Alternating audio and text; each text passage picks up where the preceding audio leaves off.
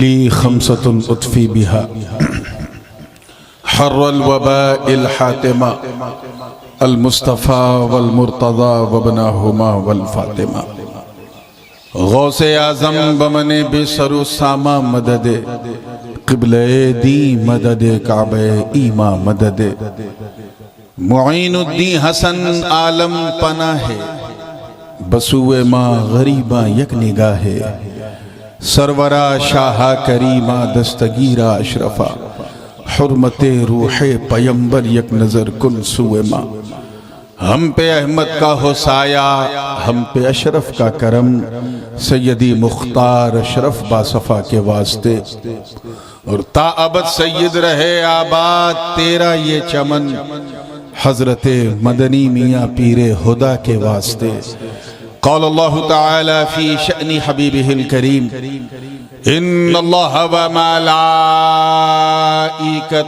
یصلون علی النبی یا ایہا الذین آمنوا صلوا علیہ وسلموا تسلیما اللہم صلی وسلم وزد وبارک علی سیدنا و مولانا محمد وعلی آل سیدنا و مولانا محمد وبارک وسلم صلاة و سلاما علیک یا رسول اللہ سبحان ربک رب العزت عما یصفون وسلام علی المرسلین والحمد للہ رب العالمین بحق لا الہ الا اللہ محمد رسول اللہ صلی اللہ الحمدللہ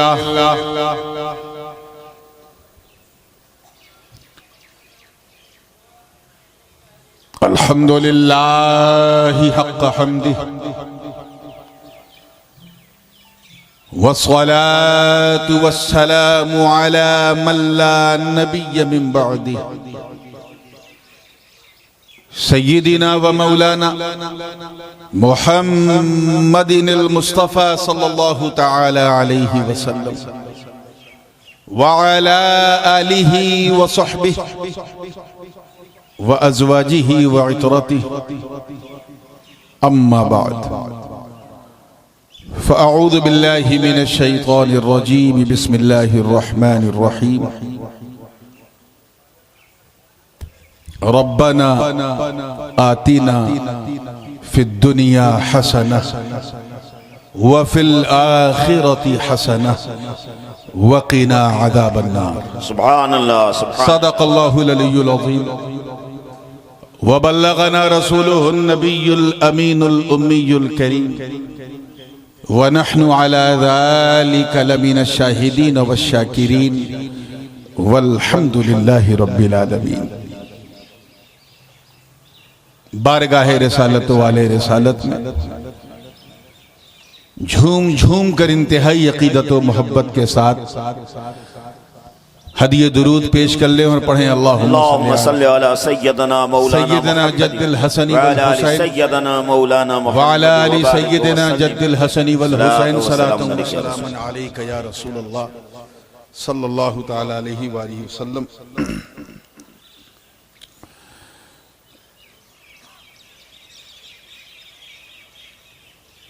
کووڈ-19 کی اس ویشوک مہاماری نے جلسہ کرنے اور سننے دونوں کی عادت ختم کر دی ہے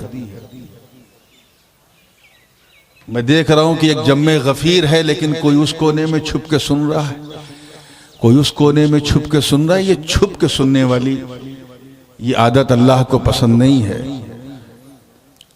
اسی لیے جلسہ میدان میں کیا جاتا ہے مسجد میں نہیں تاکہ اگر کسی کا وضو نہیں ہے وہ بھی بیٹھ کے سنے کوئی اگر پاک نہیں ہے وہ بھی بیٹھ کے سنے اب اگر میدان میں کوئی مومن شرمائے تو حیرت ہوتی ہے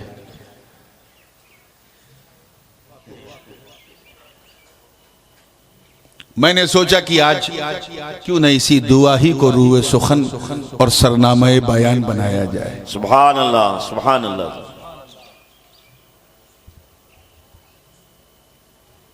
آج جمعہ میں جو لوگ تھے انہیں پتا تھا کہ میں نے ایک وعدہ کیا تھا ان سے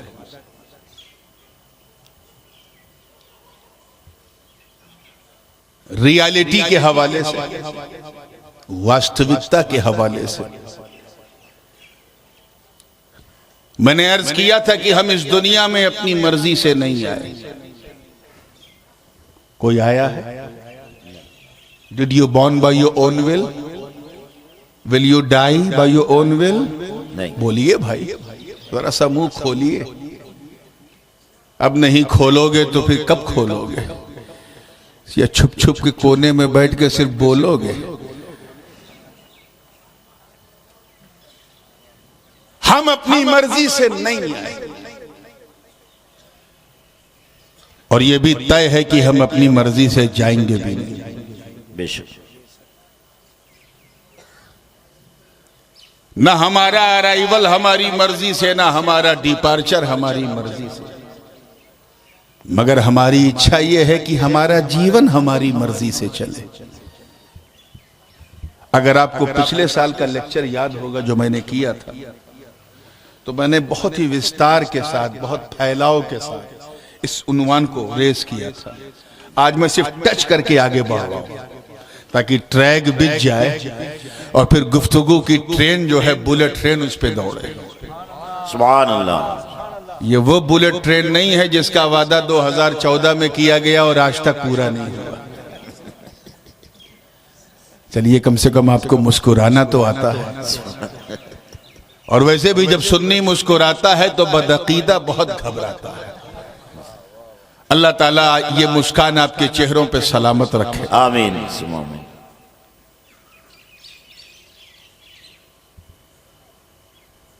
عجیب بات ہے، ہم اچھی طرح جانتے ہیں کہ نہ ہم اپنی مرضی سے آئے ہیں نہ اپنی مرضی سے جائیں گے، لیکن دنیا میں ہم اپنی مرضی چلانے سے نہیں چوکتے. I like this, I like that. ہمیں جب تیری مرضی سے تیرا چہرہ نہیں بنا، تیری آنکھ نہیں بنی، تیرا گال نہیں بنا، تیرا وجود نہیں بنا، تو تیرا جیون تیری مرضی سے کیسے چلے گا؟ صوفیاء کرام فرماتے ہیں کہ اگر اپنی دنیا کو اچھی بنانا تو رب کی بارگاہ میں دعا مانگنے سے پہلے اپنی دنیا، اپنے جیون کو اللہ کی مرضی پہ چلانا شروع کرو. سبحان اللہ. سبحان اللہ. جن چیزوں کا اللہ نے حکم دیا ہے اسے کرو، تب تمہاری دنیا بھی اچھی ہوگی، آخرت بھی اچھی ہوگی. جن چیزوں سے اس نے روکا ہے اس سے باز آ جاؤ، نہ کرو، تبھی تمہاری دنیا بھی اچھی ہوگی، آخرت بھی اچھی ہوگی. بے شک. یہ تھوڑی نا کہ کولرا ہے اور بریانی بھی کھائیں، ڈائجیشن سسٹم ٹھیک نہیں ہے اور بڑے کے گوشت کا جو ہے پایا کھا رہے ہیں. 2 قدم پیچھے ہٹنا پڑے گا تبھی جا کر کے صحت ملے گی. جب جسم کی صحت پرہیز کے بغیر ممکن نہیں ہے تو جنت اور ایمان کی صحت جو ہے وہ پرہیز کے بغیر کیسے ممکن ہو؟ بے شک. اور پرہیز یہ ہے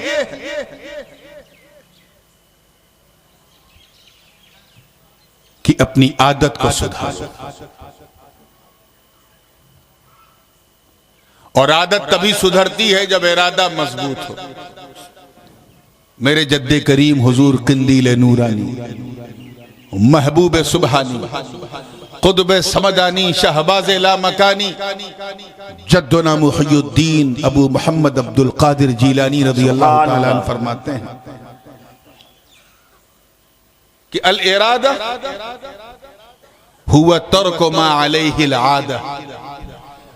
ارادہ نام ہے اس چیز کو چھوڑنے کا جس کی آپ کو عادت ہو. سبحان اللہ.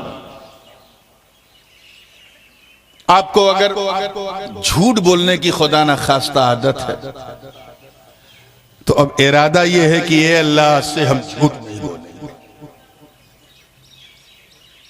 کسی کو بہت زیادہ بک بک کرنے کی عادت ہے، اب اپنی اس عادت کو بدلنا ہے تو اسے پہلے ارادہ کرنا ہوگا، ایک انٹینٹ کرنا ہوگا، انٹینشن لینا ہوگا کہ I will never ever do that. میں یہ نہیں کروں گا. یہی ارادہ جو ہے عادت کے چھوڑنے کا سب سے بڑا محرک بنتا ہے. چلتی پھرتی دوڑتی بھاگتی اس دنیا میں ہم دنیا کے پیچھے بھاگ رہے ہیں، دنیا کو دل دے بیٹھے۔ دنیا داری نے ہمارے دل و دماغ پہ ایسا اثر پیدا کر دیا ہے کہ پرہیزگاری بالائے طاق پہنچ گئی، دنیا داری جو ہے اسے ہم نے اپنے گلے سے لگا لیا۔ ہم بھول گئے کہ یہ دنیا تو دل لگانے کے لیے تھی ہی نہیں۔ ہمیں اگر کوئی دنیا کو دل لگائے گا تو کیا دنیا اس کی ہو جائے گی؟ بولو، کبھی نہیں ہوگی۔ ایک صاحب یہاں سے احمد آباد سے فلائٹ پہ بیٹھے، and he's supposed to go to UK، London Heathrow اترنا تھا ان کو۔ 8-9 گھنٹے کی جو فلائنگ ٹائم ہے، اس 9 گھنٹے کے اندر ان کو جہاز سے، اس ایروپلین سے محبت ہو گئی۔ He fall in love۔ تو کیا وہ جہاز ان کے باپ کا ہو جائے گا؟ سمپل سی بات ہے۔ نعرے والی تقریریں میں روز کرتا ہوں، آج ذرا دل میں انگارے پیدا کرنے والی بات سنو۔ یہ بھی ہماری بڑی بری عادت ہو گئی ہے کہ ہم وہی تقریر سنتے ہیں جس میں نعرہ لگے۔ ارے وہ سنو جس میں دلوں میں پھکتی ہوئی چنگاریاں شعلہ جوالا بن جائے اور بندے کو بندہ نواز بنا دے، غریب کو غریب نواز بنا دے، مرید کو اپنے پیر کی مراد بنا دے، خادم کو جماعت کا مخدوم بنا دے۔ تو پوری توجہ سے اب ان کو فلائٹ کے اکوموڈیشن سے یا اس کے کمفرٹ سے یا سیٹ سے یا پتہ نہیں کس چیز سے جو سروس کرتے ہیں ان سے ہو جائے۔ ہم اس نے کہا، اس لیے میں نے ٹچ کر کے آگے بڑھ گیا۔ ان کو ہو گیا لو۔ تو لو کا تقاضا جانتے کیا ہے؟ اس کا جو تقاضا ہے وہ یہ ہے کہ جس سے انسان کا لو ہو جاتا ہے اس کے بغیر جی نہیں سکتا، نہیں جی سکتا کیونکہ لو ہو۔ اب نتیجہ یہ نکلا کہ جب لندن ہیتھرو پہ فلائٹ لینڈ ہوا تو سارے پیسنجرز اوور ہیڈ لاکر سے سامان اٹھا کے ایئرپورٹ کے امیگریشن میں بھاگنے لگے، مگر جناب بیٹھے ہوئے۔ کسی نے پوچھا کیوں؟ کہ مجھے لو ہو گیا۔ تو کہا یہ لو ہونے سے جہاز ان کا ہو جائے گا؟ لوگ اجازت دے دیں گے، ٹھیک ہے لے جائیے ٹنکاریہ۔ نہیں ہوگا۔ یاد رکھنا مسلمانوں، اگر وہ اپنی مرضی سے نہیں چھوڑے گا تو ایئرپورٹ کے گراؤنڈ سٹاف والے دھکے مار کے اسے اتاریں گے۔ کیوں؟ کیونکہ اس نے اس چیز کو دل دے دیا جس پر اس کا ملک ہی نہیں تھا، جس کا وہ مالک ہی نہیں تھا، جس پر اس کا اختیار ہی نہیں تھا۔ 8-9 گھنٹے کی جرنی میں اس نے دل دے دیا، لیکن ایسی چیز کو دل دیا جسے اسے چھوڑنا بلا تشبیہ۔ جس طرح ایک مسافر 8-9 گھنٹے کی یاترا میں اپنے فلائٹ کو دل دے دے تب بھی اسے فلائٹ چھوڑنا، اسی طرح دنیا کو دل دینے والوں، تم چاہے 70 سال جیو، چاہے 80 سال جیو، چاہے 90 سال جیو، مگر ایک دن تمہیں اس دنیا کو چھوڑنا۔ اب اگر دنیا میں رہ کر، دنیا داری سے دور رہ کر اپنی دنیا کو بھلی بنانا ہے تو اس دنیا میں رہو، دنیا کے نہ رہو۔ سبحان اللہ، سبحان اللہ، سبحان اللہ، سبحان اللہ۔ نعرہ تکبیر، نعرہ رسالت، حضور تاج العلماء، سبحان اللہ۔ ان صحابہ کی طرح دنیا میں رہو، دنیا کے نہ رہو، جنہوں نے اشارہ مصطفیٰ پا کر کے مکے سے مدینے کی طرف ہجرت کر لی۔ کیوں؟ کیونکہ وہ دنیا میں رہتے تھے، دنیا کے نہیں تھے۔ وہ صحابہ جن کا تصور دیکھ کر کے رستم و سہراب کے کلیجے میں پسینہ آ جائے، وہ صحابہ جن کا نام سن کر قیصر و کسریٰ کے ایوان میں زلزلے آ جائیں، وہ صحابہ جن کے تصور سے قیصر و کسریٰ کا مزاج بدل جائے، وہ صحابہ جو بدر و احد خیبر و خندق میں پرچم اسلام کو لہرا دیں، وہ صحابہ جو نبی کے وضو کے قطرے کو بھی زمین پہ نہ گرنے دے، وہ صحابہ جنہوں نے انطاکیہ کی کلیساؤں میں اذان دے دی، وہ صحابہ جن کا نام سن کر لوگ کلمہ لا الہ الا اللہ پڑھ دیں، وہ صحابہ کی دریا کی روانی کو ایک خط لکھ دیں تو روانی کا مزاج بدل جائے، وہ صحابہ ارے دشت تو دشت ہے دریا بھی نہ چھوڑے، وہ صحابہ بحر ظلمات میں دوڑا دیے گھوڑے جسے، وہ صحابہ سبحان اللہ سبحان اللہ سبحان اللہ۔ دنیا میں رہے دنیا کے نہیں رہے، یہ تو مولا علی کا قول ہے۔ حضرت مولا کائنات کرم اللہ وجہ فرماتے کن فی الدنیا ولا تکن للدنیا، دنیا میں رہو لیکن دنیا کے نہ رہو۔ دونوں میں فرق جانتے کیا ہے؟ جو دنیا میں رہتا ہے اسے پتا ہے کہ ایک دن دنیا چھوڑنا ہے، وہ جانتا ہے کہ نہ میں اپنی مرضی سے آیا ہوں نہ اپنی مرضی سے جاؤں گا، once I have to leave this world، مجھے یہ دنیا چھوڑنا ہے، کیونکہ اس دنیا میں نہ میرا پاسٹ ہے نہ فیوچر ہے، تو پھر پریزنٹ کیسے ہوگا، اسے پتا ہے۔ لیکن جو دنیا میں رہتا ہے، دنیا کے لیے رہتا ہے، وہ بھول جاتا ہے کہ ہمیں یہ دنیا چھوڑنا۔ اپنے سامنے مرتے ہوئے لوگوں کو دیکھتا ہے پھر بھی بھول جاتا ہے کہ ہمیں یہ دنیا چھوڑنا۔ He just like a dreamer، صرف یہ کریمر نہیں ڈریمر ہے، صرف سپنے دیکھتا ہے۔ اور یہ بات تو میں کہہ چکا ہوں آپ کے سامنے کہ سپنا کبھی اپنا نہیں ہوتا، سپنا کبھی اپنا نہیں ہوتا۔ سپنے کی دنیا سے نکلو۔ اگر کوئی صاحب سپنا دیکھ لیں کہ وہ کروڑ پتی ہو گئے ہیں تو چند ہی دن میں پتا چل جائے گا، وہ جیسے وہ سو کے اٹھیں گے میں کروڑ پتی نہیں، میں تو صرف اپنی پتنی کا پتی ہوں۔ سپنا کبھی اپنا نہیں۔ ہم دو طرح کا سپنا دیکھتے ہیں۔ ایک سپنا تو ہم نے یہ دیکھا کہ آنکھ بند ہو گئی، سپنا اسٹارٹ۔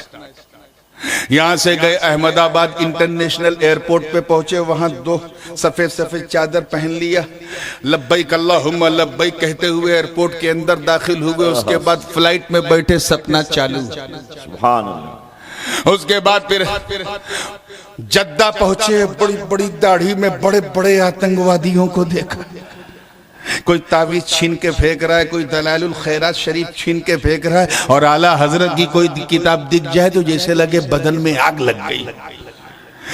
وہ سپنا چالو۔ وہاں سے چیک پوسٹ پہنچا، پھر مکہ پہنچا، سپنا چالو ہے، مطاف میں پہنچا، سپنا چالو ہے، طواف کیا، سپنا چالو ہے، سعی کیا، سپنا چالو ہے، مینا مزدلفہ عرفات میں ٹھہرا، سپنا چالو ہے، وہاں سے بس میں بیٹھا، سپنا چالو ہے، مدینہ پہنچا، سپنا چالو ہے، محراب نبوی دیکھا، سپنا چالو ہے، گنبد خضرا دیکھا، سپنا چالو ہے۔ اور جب آنکھ کھلی تو کہا میں تو ٹنکاریہ میں اپنے گھر میں اپنے بستر پہ سو رہا تھا۔ اب بتائیے وہ انہوں نے سپنے میں حج کر لیا تو کیا وہ حاجی ہو جائیں گے؟ نہیں۔ حج کی فرضیت ساقط ہو جائے گی؟ نہیں، کیونکہ سپنا کبھی اپنا نہیں ہوتا۔ ایک سپنا ہم اور دیکھتے ہیں کہ ابھی ہم پیدا ہوئے ہیں، اب چلنا سیکھا، اب بولنا سیکھا، اب 4 سال کے ہو گئے، اسکول جانے لگے، اور بڑے ہوئے کالج جانے لگے، جوان ہو گئے یونیورسٹی جانے لگے، اس کے بعد پھر شادی ہو گئی، بچے ہو گئے، اور بڑے ہوئے، دادا نانا بن گئے، ملٹی بلینر بن گئے، BMW بینٹلی رائل رائس جیسی گاڑیاں دروازے پہ کھڑی ہیں، کروڑ پتی نہیں کھرب پتی ہو گئے، 70-80 میں مر گئے۔ آنکھ بند ہوئی کہ ارے It was dream، میں نے کتنا لمبا سپنا دیکھا۔ اور سنو، جب تک انسان سپنا دیکھتا ہے سپنے کو سپنا نہیں سمجھتا، سچ سمجھتا ہے۔ سپنا تب سمجھتا ہے جب اس کی آنکھ کھل جاتی ہے۔ تو پہلے سپنے کو توجہ چاہوں گا، پہلے سپنے کو ہم نے سپنا تب سمجھا جب آنکھ کھلی اور اس سپنے کو ہم سپنا تب سمجھیں گے جب آنکھ بند ہوگی. اسی لیے اگر اپنی دنیا کو اچھی بنانا تو آنکھ کھول کے جیو. جس طرف رب بلائے اس طرف جاؤ، جس سے منع کر دے باز آ جاؤ. ارے تیری دنیا بھی اچھی ہو جائے گی، تیری آخرت بھی اچھی ہو جائے گی. سبحان اللہ سبحان اللہ. نعرہ تکبیر، نعرہ رسالت، حضور تاج العلماء. بات سمجھ میں آ رہی ہے نا؟ ربنا آتنا فی الدنیا حسنہ. اپنی دنیا کو بھلی بناؤ مسلمانوں. اور اس کا سب سے پہلا طریقہ یہ ہے کہ انفرادی طور پر اپنے آپ کو سدھارو. ہم کیا کرتے ہیں؟ ہم سماج کو سدھارنے لگتے ہیں. سماج نہیں سدھرتا کہنے سے، سماج ہی کا ایک حصہ ہم ہیں. تو اب اگر اپنے سماج کو سدھارنا ہے تو پہلے خود کو سدھارو. اپنے گریبان میں جھانکو، اپنے نفس کا محاسبہ کرو، اپنی توجہ کو رب کے قریب کرو. سب سے بہتر طریقہ یہ ہے کہ اللہ کا قرب حاصل کرو. کیا حاصل کرو؟ How to get closer to Almighty Allah. اس موٹو کو اپناؤ کہ ہم اللہ کے قریب کیسے ہو جائیں. وہ تو اپنے بندوں کی رگے جاں سے زیادہ قریب ہے. اس نے فرمایا نحن اقرب الیہ من حبل الورید. میں اپنے بندے کی شہ رگ سے بھی زیادہ قریب ہوں.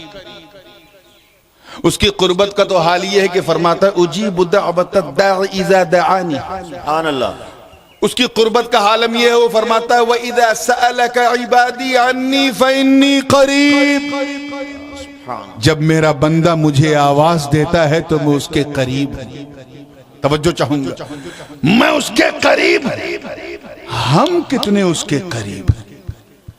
سچائی یہ ہے کہ وہ تو ہم سے قریب ہے لیکن ہم اس سے دن بدن دور ہو رہے ہیں. ہم اس کی قربت کیسے حاصل کریں؟ ہم اس دنیا میں آئے ہیں اسی مقصد کے لیے کہ اللہ کا قرب حاصل کریں. How to get closer to Almighty Allah. اس کے نزدیک ہو جائے، اس کے قریب ہو جائے، اس کے حبیب ہو جائے. یہی ہمارا مین مدعا ہے. یہی ایک مومن کا ٹارگٹ ہے کہ بس اللہ کے قریب ہو جائے. اور یہ قربت جو ہے پیدا ہوتی ہے اللہ کے خوف سے. کس چیز سے؟ سبحان اللہ. If you have a fear of Allah subhanahu wa ta'ala, then you will be able to go nearest to Almighty Allah. اگر fear ہے تبھی اس کو تمہاری care ہے، ورنہ سب کچھ نہیں fair ہے. قربت کے لیے خوف ضروری ہے. اللہ کا ڈر اپنے اندر پیدا کرو. ایک چیز بتاؤں، لوگوں کا ڈر لوگوں سے دور کرتا ہے. آپ سانپ کو دیکھ کے ڈر گئے تو سانپ کے قریب نہیں جائیں گے، بھاگیں گے. شیر کو دیکھ کے ڈر گئے تو شیر کے قریب نہیں جائیں گے، بھاگیں گے. آپ آگ کو دیکھ کے ڈر گئے تو کوئی آگ میں کودے گا؟ بولو. دریا کی روانی کو دیکھ کے ڈر گئے کوئی چھلانگ لگائے گا؟ بندہ جس سے ڈرتا اس سے دور جاتا. مگر خوف خدا دیکھ، بندہ جتنا اللہ سے ڈرتا ہے اللہ کے قریب ہو جاتا. سبحان اللہ سبحان اللہ سبحان اللہ سبحان اللہ. بندہ بندوں سے ڈرے تو دور ہوتا ہے، یہی بندہ مولا سے ڈرے تو قریب ہوتا ہے. سبحان اللہ. ہم بندوں سے اس لیے ڈرتے ہیں کیونکہ ہم نے اللہ سے ڈرنا چھوڑ دیا. اس موقع پہ میں ایک واقعہ سناتا ہوں، مجھے یاد آ رہا ہے. کبھی پتہ نہیں میں نے ٹنکاریا میں یہ بات کہی کہ نہیں، حضرت خواجہ اویس قرنی رضی اللہ تعالیٰ عنہ کا جنگل میں عبادت کر رہے تھے. جنہوں نے سنا ہے ان کے لیے دوبارہ، اور جنہوں نے نہیں سنا یہ قصہ ان کے لیے پہلی بار. عبادت کر رہے تھے جنگل میں. And that wild was the full of lion. اتنے زیادہ وہاں شیر تھے. اس جنگل میں عبادت کر رہے. اور ان کی بکریاں سکون سے گھاس چر رہی تھیں وداؤٹ اینی پرابلم ہیزیٹیشن، بالکل نہیں۔ ایک راہگیر کا گزر ہوا، اس نے دیکھا ارے یہ کیا، بھیڑیا وہاں بیٹھا ہے اور وہ گردن گھما گھما کے بکریوں کی رکشا کر رہا ہے۔ بھیڑیا، بھیڑیا سمجھے آپ؟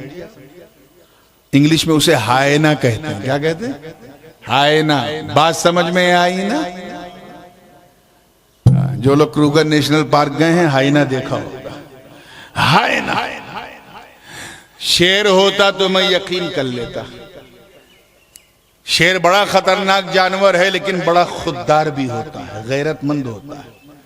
شیر اگر کھا پی لے قاعدے سے تو you can walk with the lion، آپ شیر کے ساتھ ٹہل گھوم سکتے ہو۔ اور یہ میں سنی سنائی بات نہیں کر رہا ہوں، مجھے ذاتی تجربہ ہے، میں کر چکا ہوں۔ ہاں یہ اور بات ہے کہ شیر کے ساتھ چلنے کے لیے ذرا سینے میں شیر دل بھی چاہیے، سب کے بس کی بات نہیں۔ وہ بغیر دانت والے چھوٹے چھوٹے شیر کے بچوں کے ساتھ لوگ گھومتے ہیں، اچھوں کے ساتھ نہیں۔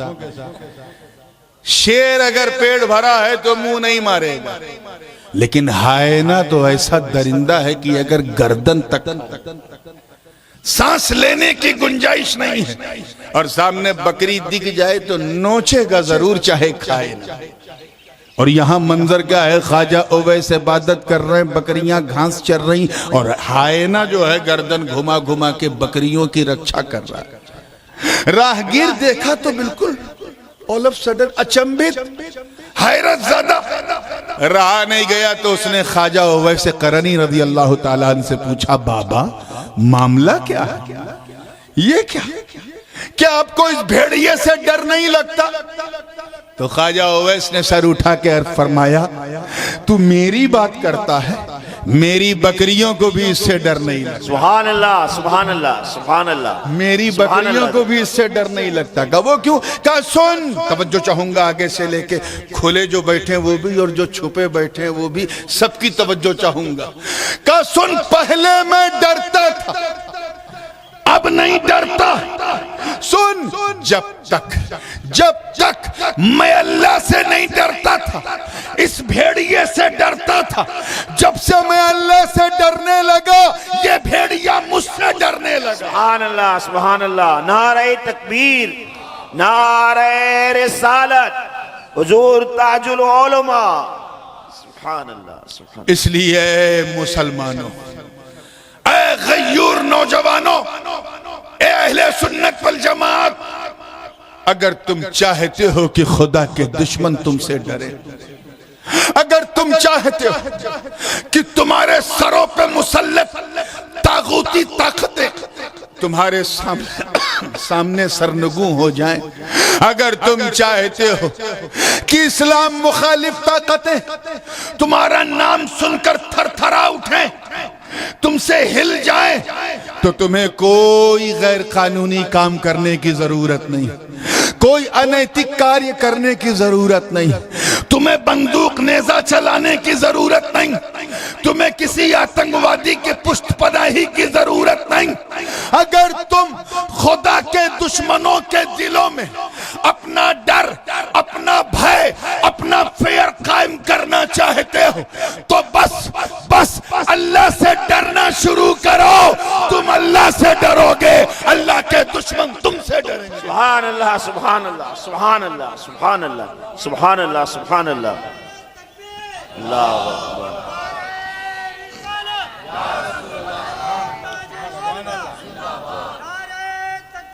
اللہ اکبر۔ یا رسول اللہ۔ اور اس کا سب سے بہتر طریقہ یہ ہے کہ اپنے آپ کو سدھارو۔ Try to clean yourself. Try to purify yourself first. جب تم سدھر جاؤ گے تو پورا سماج سدھر جائے گا۔ اپنے آپ کو سدھارو۔ یہ کتنے افسوس کی بات ہے کہ 1450 برس سے آج تک یہ کہا جا رہا ہے نماز پڑھو، نماز پڑھو۔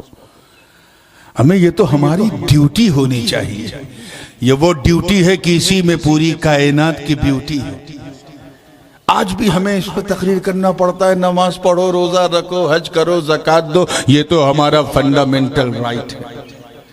حضرت امام غزالی فرماتے ہیں جس طرح شریر کی بھوک کھانے سے مٹتی ہے، ایسے ہی آتما روح کی جو بھوک ہے وہ عبادتوں سے مٹتی ہے۔ سبحان اللہ۔ ہم اپنے شریر کو تو طاقتور بنا رہے ہیں، اس کے لیے ورک آؤٹ بھی کر رہے ہیں، مارننگ واک بھی کر رہے ہیں، دوڑتے بھی ہیں، بڑا خیال رکھتے ہیں کولیسٹرول لیول اتنا رہے تو یہ اتنا رہے، وہ اتنا رہے، لپڈ پروفائل 6 مہینے پہ کراتے رہتے ہیں، اور اپنی آتما کو ہم نے بھوکی رکھا ہے۔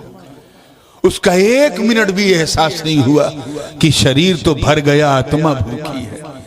اپنے آپ کو سدھارو، اور پہلا اسٹیپ یہ ہے کہ اللہ سے ڈرو، کیونکہ یہ خوف تمہیں بے حیائیوں اور برائیوں سے نکال کر اللہ کی طرف لے کے آئے گا۔ یہ خوف تیرے نفس امارہ کو نفس مطمئنہ بنا دے گا۔ میں انشاءاللہ ان نفوس کی بحث پہ آخر میں آؤں گا۔ اپنے اندر خوف پیدا کرو اللہ کا، یہی خوف تمہیں تمہاری آپ بیتی کی داستانیں سنائے گا کہ تو پہلے کیا تھا، اب کیا ہو رہا ہے۔ آج پیسہ کمانے کا کوئی کرائیٹیریا نہیں رہا، بس پیسہ ہو چاہے جیسا ہو۔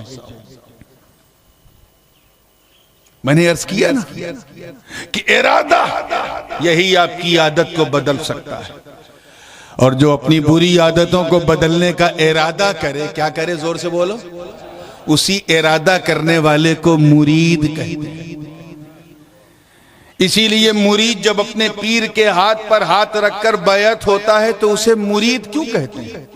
یوں ہی نہیں کہا جاتا، اسے مرید اس لیے کہتے ہیں کیونکہ وہ اس بات کا ارادہ کر رہا ہے کہ اے میرے شیخ، اب تیرا ہی راستہ میرا راستہ، اب تیری ہی دکھائے ہوئے مارگ پر چلنا میری منزل ہے، اب تو ہی میرا راہی، سبحان اللہ، پل صراط ہوگا، تو میرے سامنے ہوگا، میں تیرے پیچھے ہوں گا، تو اللہ اللہ کہتے ہوئے آگے بڑھنا، میں مدنی مدنی کہتے ہوئے پیچھے چلوں گا۔ سبحان اللہ، سبحان اللہ، سبحان اللہ۔ تو میری منزل ہوگا، میں تیرا راہی ہوں گا،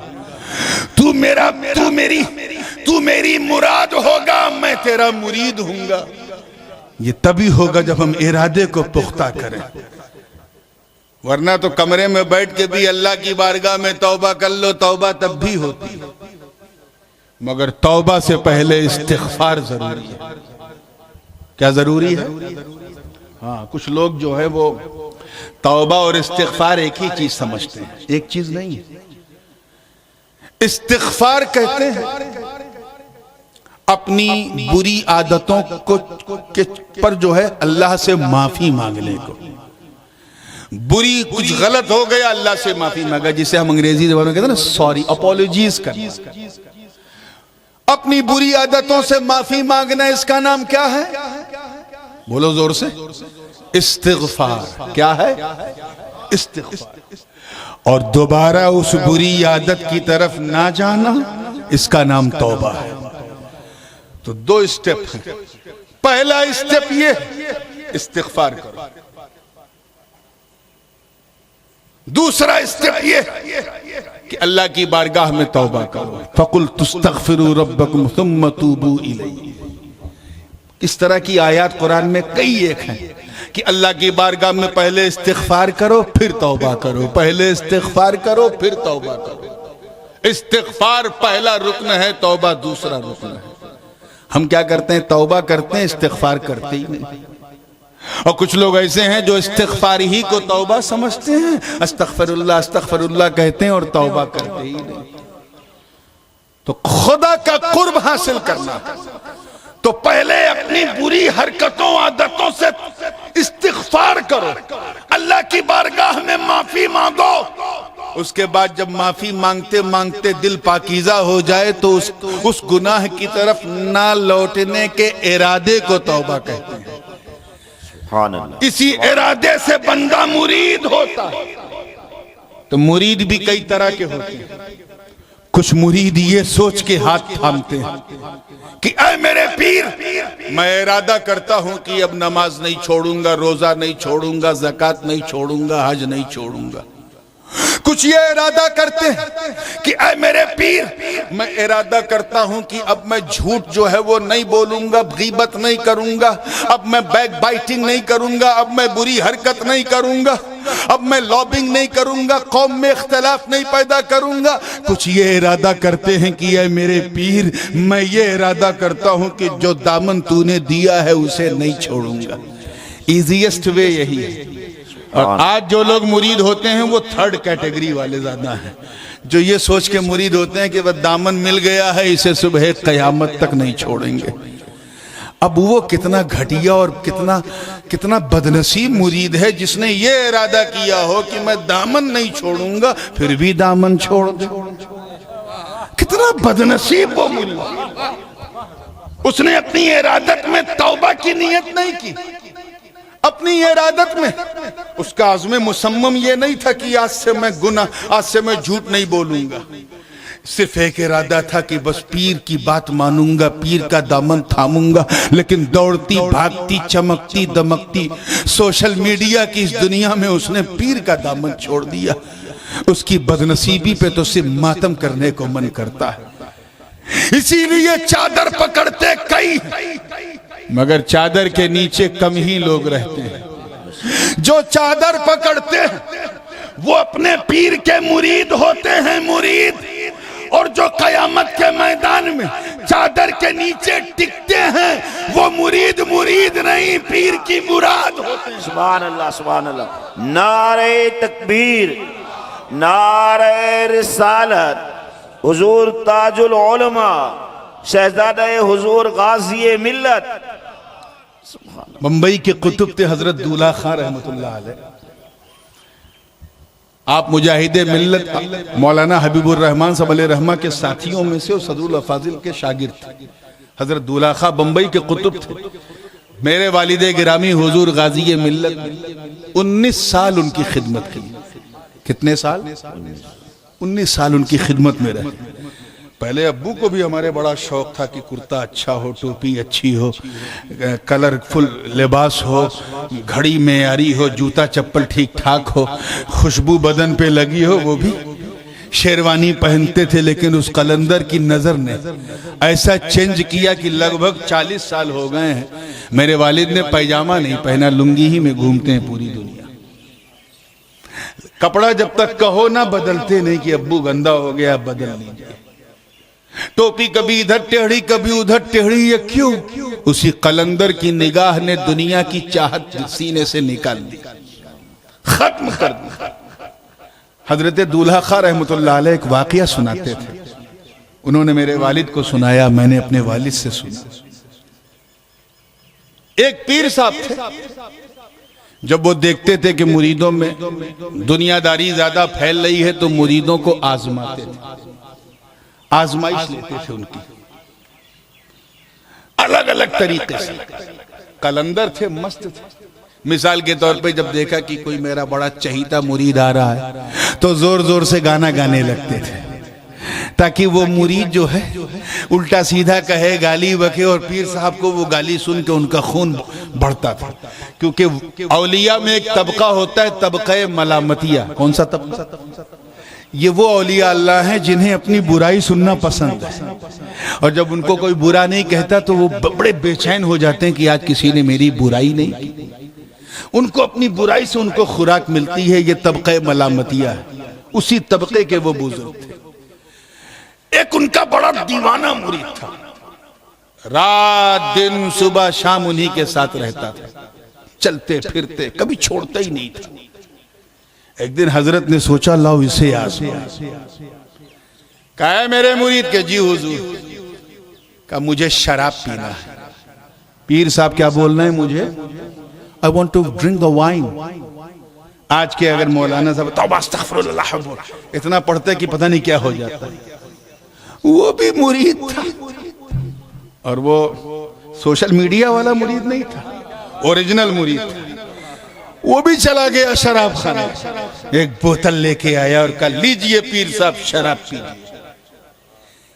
اب پیر صاحب تو آزما رہے ہیں۔ پیر صاحب نے ڈھکن کھولا، تھوڑی دیر پتہ نہیں کیا خاموش رہے، اس کے بعد بوتل کو منہ سے لگایا اور گڑ گڑ گڑ گڑ گڑ گڑ گڑ گڑ آدھی بوتل ختم کر دی اور اپنے مرید سے کہا ہاں یہ بتا شراب پینا کیسا ہے؟ اس نے کہا حضرت شراب پینا شریعت محمدیہ میں حرام ہے۔ انما الخمر والمیسر والانصاب والازلام رجس من عمل الشیطان، اللہ تعالیٰ نے اسے ناپاکی کا رجس کہا ہے، شیطان کے اعمال میں سے ایک عمل ہے۔ وعدہ کرو کہ انشاءاللہ کبھی شراب کو ہاتھ نہیں لگائیں گے، ہاتھ بھی نہیں لگائیں گے، پینا تو بڑی بات ہے، اور زور سے کہو انشاءاللہ۔ وہ پیر صاحب نے پی کر کے جیسے ہی آدھی بوتل کیا، مرید سے پوچھا شراب پینا حرام؟ کہا حضور حرام ہے۔ تو حرام کام کرنے والا فاسق ہوتا ہے کہ نہیں؟ کہا حضور فاسق ہوتا ہے۔ کہا فاسق کی تعظیم جائز ہے کہ حرام؟ کہ نہیں بالکل حرام ہے، ناجائز ہے۔ تو کہا جب فاسق کی تعظیم حرام تو میری تعظیم بھی حرام، تو پھر میں تیرا پیر نہیں رہا، جا کہیں اور مرید ہو۔ وہ بھی مرید تھا، اس نے کہا بابا یہ پٹی کسی اور کو پڑھائیے گا، توجہ، یہ پٹی کسی اور کو پڑھائیے گا، میں کاہے دوسرے پیر کو ڈھونڈوں؟ میں جانتا ہوں کہ جب میں لایا تھا تب یہ شراب تھی، لیکن جب آپ نے اسے چھوا تو یہ شراب شراب نہ رہی، یہ ایسا ہی پانی سے بدل گئی جیسے آپ نے میرے گندے دل کو بدل دیا تھا۔ سبحان اللہ سبحان اللہ سبحان اللہ سبحان اللہ، یا رسول اللہ زندہ باد۔ وہ مرید یہی تو کہہ رہا ہے کہ اے میرے شیخ، جب تک آپ کا دامن نہ ملا تھا میں گندا تھا، گندا، دامن مل گیا تو بندہ ہو گیا۔ ارے جب آپ میرے گندے دل کو بدل سکتے ہیں تو اگر اس گندے مشروب کو بدل دے تو حیرت کیا؟ سبحان اللہ سبحان اللہ سبحان اللہ۔ اسے کہتے ہیں مرید۔ وہی مرید اپنے پیر کی مراد بنتا ہے۔ بات سمجھ میں آ رہی ہے نا؟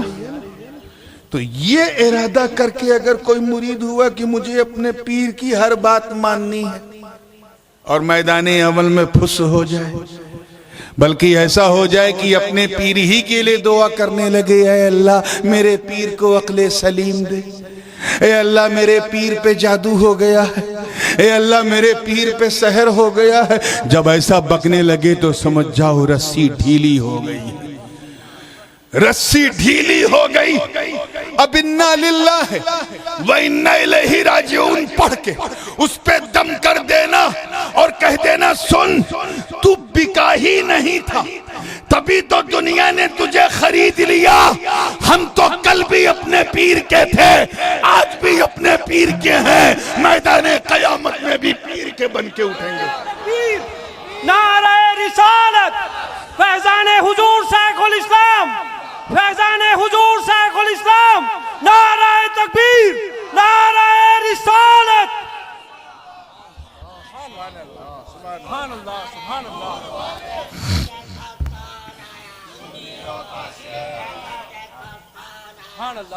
یہ انتظار کرتا ہے کہ لوگ چپ ہوں تب بولے تاکہ لوگ اسے سنیں۔ ماشاءاللہ۔ تو بات سمجھ میں آ رہی ہے؟ استغفار، یہ پہلا اسٹیپ ہے۔ اس کو استغفار کیوں کہتے ہیں یہ بھی وجہ بتا دو، پھر آگے بڑھتا ہوں۔ اب آج میں تقریر نہیں کر رہا ہوں، آج تنبیہ ہی کرنے والا ہوں۔ ہیلمٹ آپ نے دیکھا ہوگا جو کرکٹرز پہنتے ہیں ٹو پروٹیکٹ دیم سیلف، کار میں بائک چلانے والے بھی ہیلمٹ پہنتے ہیں۔ ہیلمٹ کو ہیلمٹ کیوں کہتے ہیں؟ یہ پروٹیکٹر آف ہیڈ ہے۔ اسی کو عربی زبان میں مغفر کہتے ہیں۔ کیا کہتے ہیں؟ مغفر۔ مغفر کا کام کیا ہے؟ آپ کے سر کو ہیمریج ہونے سے بچائے۔ یہ کسی پر اٹیک نہیں کر رہا ہے۔ جیسے ایک تلوار چلانے والا جنگجو جو ہے وہ مغفر بھی پہنے ہوئے ہاتھ میں تلوار لیے۔ مغفر کا کام کیا ہے؟ سر کو تلوار کی زد سے بچانا، دشمن پہ اٹیک کرنا اس کا کام نہیں ہے، اور تلوار کا کام ہے دشمن پہ اٹیک کرنا۔ تو استغفار نام ہے مغفر سے، استغفار غفر یغفر یہ مغفر سے بنا ہے۔ اس کا کام ہے شیطان کے وسوسوں سے اپنے آپ کو بچانا، اور تلوار کا کام ہے توبہ، نام ہے توبہ، اس کا کام ہے شیطان سے مقابلہ کرنا۔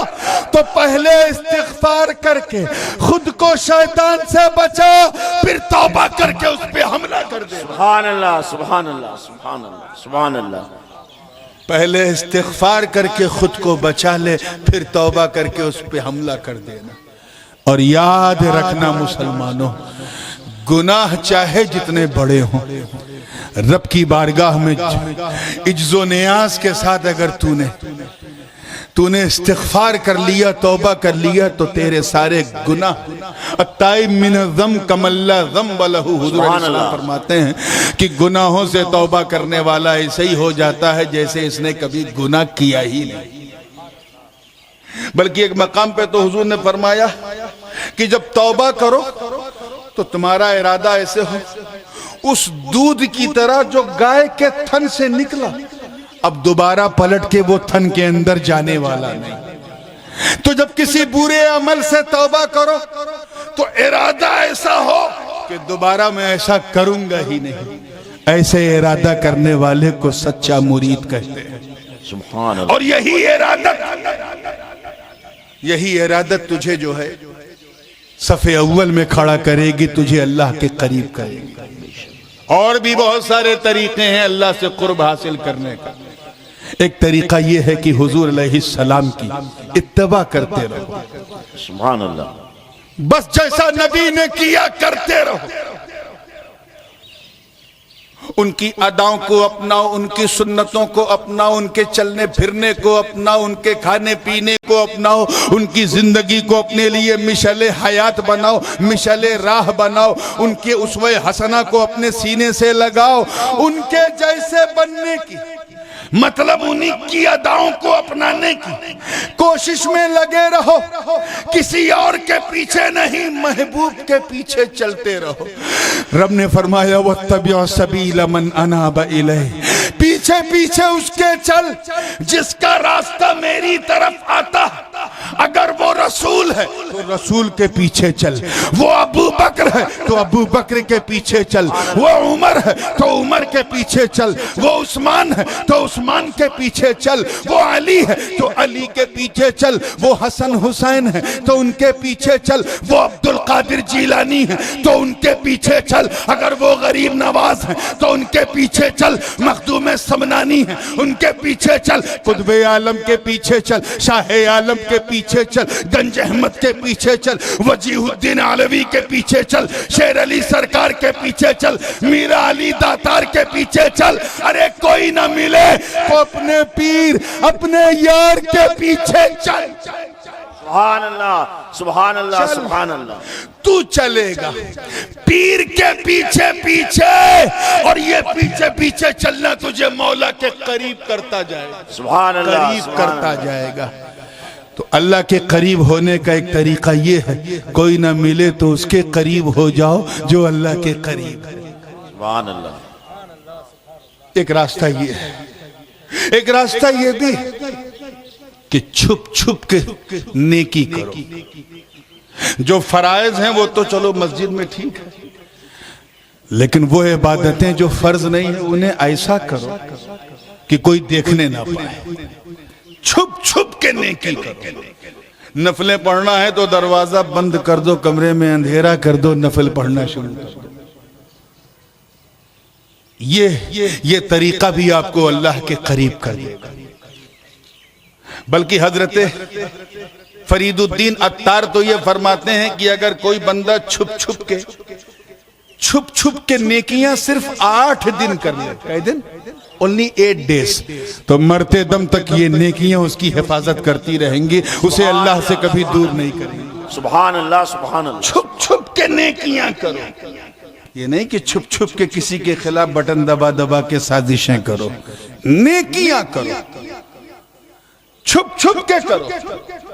حضرت علی فرماتے ہیں کہ اگر توجہ چاہوں گا، آئے ہائے ہائے، فرماتے ہیں کہ اگر جماعت سے نماز پڑھنے کا ثواب زیادہ نہ ہوتا، کیا فرماتے ہیں کہ اگر جماعت سے نماز پڑھنے کا ثواب زیادہ نہ ہوتا تو لوگوں میں اس طرح اپنے گھر میں چھپ کے نماز پڑھتا کہ فاطمہ بنت رسول کو بھی پتہ نہ چلتا۔ اللہ اکبر۔ چھپ چھپ کے نیکیاں کرو۔ یہ وظیفہ میں تمہیں دے رہا ہوں، 8 دن کر کے دیکھو، تیری دنیا بھی بدل جائے، تیری دنیا بھی اچھی ہو جائے گی، آخرت بھی اچھی ہو جائے گی۔ ایک طریقہ اور ہے کہ جب قرآن پاک پڑھو، آج آپ لوگ کہیں گے میں نے نورانی میاں کو تقریر کرنے کے لیے بلایا، یہ تو غزالی اور رازی شروع ہو گئے، جنید اور شبلی کی باتیں کرنے لگے، تو کبھی کبھی یہ باتیں بھی کر لینی چاہیے، ٹھیک ہے نا؟ ایک طریقہ یہ بھی ہے کہ جب قرآن پاک پڑھو تو یعلمون تعلمون نہیں، صوفیہ فرماتے ہیں کہ قرآن کو سمجھ سمجھ کے پڑھو، اور اس کا سب سے آسان طریقہ محدث اعظم نے، اعلیٰ حضرت نے آپ کے سامنے رکھ دیا ترجمہ کر کے۔ معرف القرآن کو کھول لو، کنز الایمان کو کھول لو، ہر آیت کا ترجمہ پڑھ پڑھ کے آگے بڑھو، تیری یہ عادت جیسے جیسے آیتیں بڑھتی جائیں گی تیری قربت مولا سے ہوتی جائیں گی۔ ایک طریقہ یہ بھی، ایک طریقہ یہ بھی اللہ کے قریب ہونے کا کہ جب صدقہ اور خیرات کرو تو دکھا دکھا کے نہیں، شور مچا کے نہیں، بلکہ کسی کو دو تو اس طرح دو کہ اگر جمنے ہاتھ سے دیا ہے تو دابے ہاتھ کو خبر نہ ہو، اس سے بھی تو اللہ کے قریب ہوتا جائے۔ مختصر یہ کہ قربت مولا پانے کے کئی طریقے، so many options، اور یہ بہت خاص ہے جو میں نے آپ کو بیان کیا، لیکن سب سے آسان طریقہ یہ ہے کہ اللہ کے اس بندے کا دامن تھام لو، اس کے دامن کو ڈھیلا مت ہونے دو، جس کے دامن کو تھام کے تو مرید ہوا ہے، بس تو اس کے دامن کو تھام کر اس کی پیروی کر، اس کا حکم مان، اس کے فرمان پہ چل، فرمان پیر کا ہوگا، فیضان پیرانے پیر کا نظر آئے گا۔ سبحان اللہ، سبحان اللہ، سبحان اللہ۔ Last but not the least, how to get closer to Almighty، اللہ کے بہت زیادہ قریب ہونے کا ایک طریقہ یہ ہے کہ اپنے ایمان کے شعور کو اپنی ایمان کی زمین سے جو ہے نکالو۔ شعور سمجھے؟ شعور کو گجراتی میں کیا کہیں گے بھائی؟ وچار نہیں کہہ سکتے، خیال نہیں کہہ سکتے، شعور امیجنیشن، ہوش ہی کر لیجئے کہ تھوڑا سا ہو جائے گا۔ اپنے ایمانی ہوش کو، حالانکہ ہوش میں بھی وہ بات نہیں ہے جو شعور میں ہے، لیکن چلیے کچھ حد تک قریب ہے۔ اپنے شعور کو، اپنے ہوش کو ایمان کی زمین سے نکالو۔ سوچ تو اور آسان ہو گیا، سوچ و خیال نہیں، اپنے ہوش کافی حد تک صحیح ہے، اپنے ہوش کو ایمان کی زمین سے نکالو، وہ تو اندر کھڈے میں دفن ہے۔ اپنے اور آسان کر دوں، اپنے ہوش کے خزانے کو ایمان کی زمین کے اندر سے نکالو۔ تمہارا جو ایمانی شعور ہے، جو ایمانی ہوش ہے، جو چمکتی تمکتی دنیا نے اس ہوش کو بے ہوش کر رکھا ہے، جو زمین کے اندر تہخانوں میں ہے، اسے ڈگنگ کر کے کھود کھود کے نکالو۔ جو بڑی بڑی لیئرز ہیں انہیں توڑو، اسی توڑنے کو مجاہدہ کہتے ہیں۔ کیا کہتے ہیں؟ اللہ پاک فرماتا ہے وَجَاهِدُوا فِي اللَّهِ حَقَّ جِهَادِ، اللہ کی راہ میں جہاد کرو جیسا کہ جہاد کا حق ہے، یعنی جہاد بالنفس کرو۔ اور کئی مقام پہ رب تعالیٰ نے فرمایا جو میری راہ میں جہاد کرتا ہے ہم اس کی راہ آسان کر دیتے ہیں۔ یہ جہاد کا مطلب صرف فساد نہیں ہے، جہاد کا مطلب اپنے آپ سے لڑو، اپنی اچھاؤں سے لڑو، اپنی لائکنگ سے لڑو، اپنے ڈیزائر سے لڑو، اپنے ایمبیشن سے لڑو، اپنی پسند سے لڑو، اپنی اچھاؤں سے لڑو، اپنی آکانچھاؤں سے لڑو، اپنے نفس سے لڑو۔ جی یہ بہت خطرناک چیز ہے، تب سچے تم مجاہد بنو۔ مجاہدین جب جنگ کر کے لوٹتے تھے حضور کے زمانے میں، بلکہ بات تک یہ رہا، تو یہی کہتے تھے کہ ہم چھوٹے جہاد سے فارغ ہو گئے، اب چلو بڑے جہاد کی طرف، یعنی آتم شدھی کی طرف، خود سے لڑنے کی کوشش کرو۔ ہمارے ایمان کا شعور، ایمان کا خزانہ جو ہے وہ زمین کے اندر ہے۔ جیسے ہم زمین سے سونا چاندی جب نکالتے ہیں تو کھدائی کرتے ہیں، کیا کرتے ہیں بولو؟ کھدائی کرتے ہیں، اس کو ڈگنگ کرتے ہیں، کھودتے ہیں۔ 10-20 فٹ کھودنے کے بعد کبھی موٹے پتھر کی لیئر آ گئی تو کھودنے میں پسینہ آ جاتا، بڑی مشکل سے مشین سے توڑ کے وہ لیئر توڑی، پھر کھودنے لگے، ڈگنگ کرنے لگے، پھر 10-15 فٹ بعد جو ہے پھر ایک موٹی لیئر آ گئی، پھر اس موٹی لیئر کو توڑنے میں کئی دن لگ گئے، پھر ڈگنگ کرنے لگے، کھودتے رہے، پھر 10-15 فٹ کے بعد ایک لیئر اور آ گئی۔ یہ لیئر جو ہے رکاوٹیں ہیں، زور سے بولو کیا ہے؟ جو ہمیں خزانے کو نکالنے نہیں دے رہی ہے۔ جس طرح دنیا کے لیے سونے چاندی کا خزانہ ایک بڑا قیمتی انمول خزانہ ہے، اسے نکالنے کے لیے ڈگنگ کرنی پڑتی ہے، اور اس کے لیے رکاوٹیں یہ بڑی بڑی لیئرز بنتی ہیں۔ اسی طرح ہمارا ایمانی شعور یہ ایک بہت قیمتی خزانہ جو ایمان کی زمین کے اندر دفن ہے، اسے ڈگنگ کر کے نکالو، اور جو موٹی موٹی راہوں میں لیئر آ رہی ہیں ان لیئر کو توڑو۔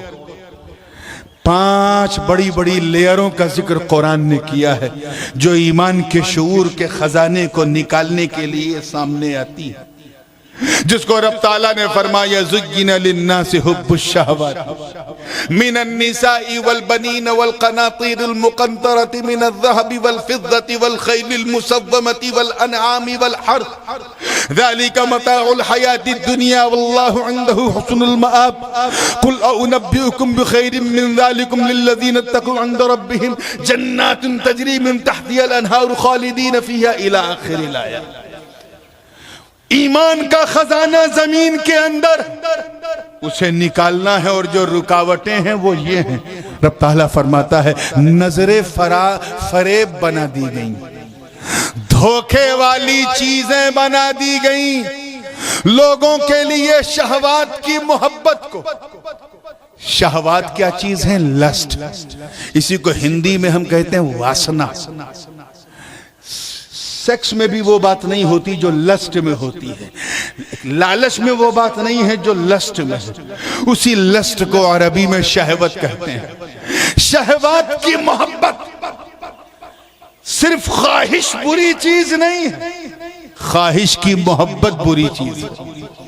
جیسے کسی کو بریانی کھانے کی خواہش ہے، یہ بری بات نہیں ہے، مگر اپنی اس خواہش سے محبت ہو جائے اب یہ بری بات ہے۔ اب چاول نہیں کھائے گا کیونکہ محبت ہو گئی ہے۔ اللہ پاک وہی فرماتا ہے کہ نظریں فریب بنا دی گئی لوگوں کے لیے شہوات کی محبت۔ وہ لیئرز کیا ہیں؟ پہلی لیئر من النساء، توجہ، عورتوں کی شہوتوں کی محبت، عورتوں ہی کی شہوت مرد کو جو ہے شیطان کا آلہ کار بنا دیتی ہے، اور شیطان انہی عورتوں کی طرف مردوں کو آکرشت کر کے انہیں اپنا مہرہ بنا کے ان کے کردار سے کھیلتا ہے، ان سے بد نظری کرواتا، اور جیسے جیسے نگاہیں غیر محرم عورتوں کی طرف بڑھتی ہے ویسے ویسے قرب مولا کی لذت اس بندے سے دور ہونے لگتی۔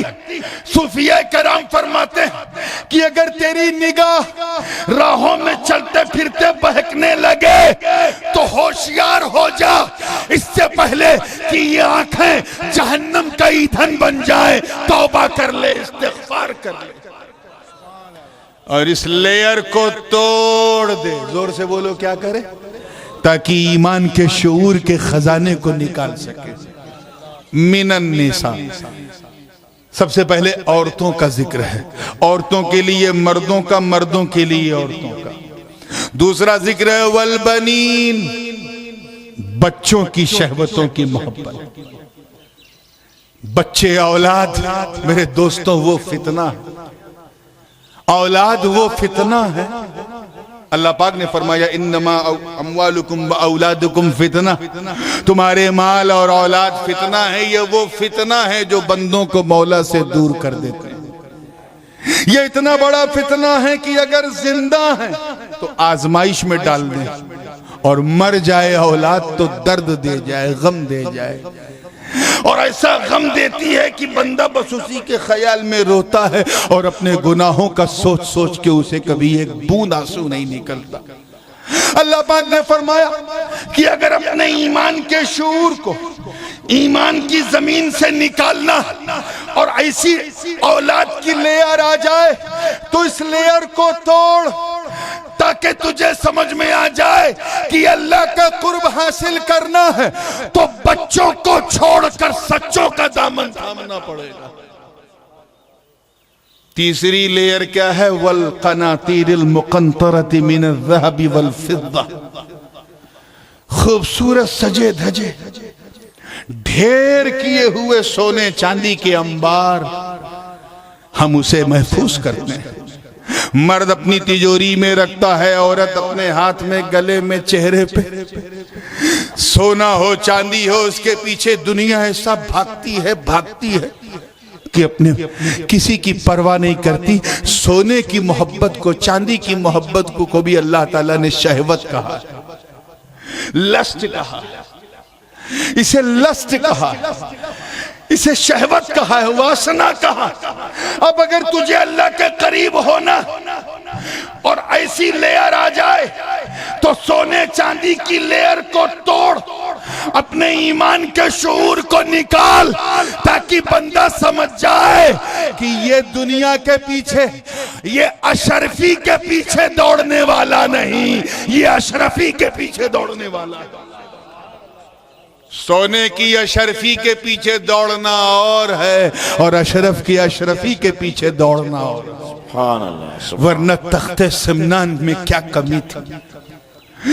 حکومت تھی مخدوم اشرف جہانگیر سمنانی کی، اور دائرے حکومت میں شیراز بھی تھا، اصفہان بھی تھا، زائدان بھی تھا، رائے بھی تھا، پوری صفوی حکومت کے سلطان، سلطنت نور بخشیہ کا عرفان حضرت مخدوم سمنان، مگر تخت سمنانی پہ آپ کو راحت نہیں، سونے چاندی کے برتنوں میں آپ کو سکون نہیں، بہترین میووں میں آپ کو لذتیں نہیں مل رہی۔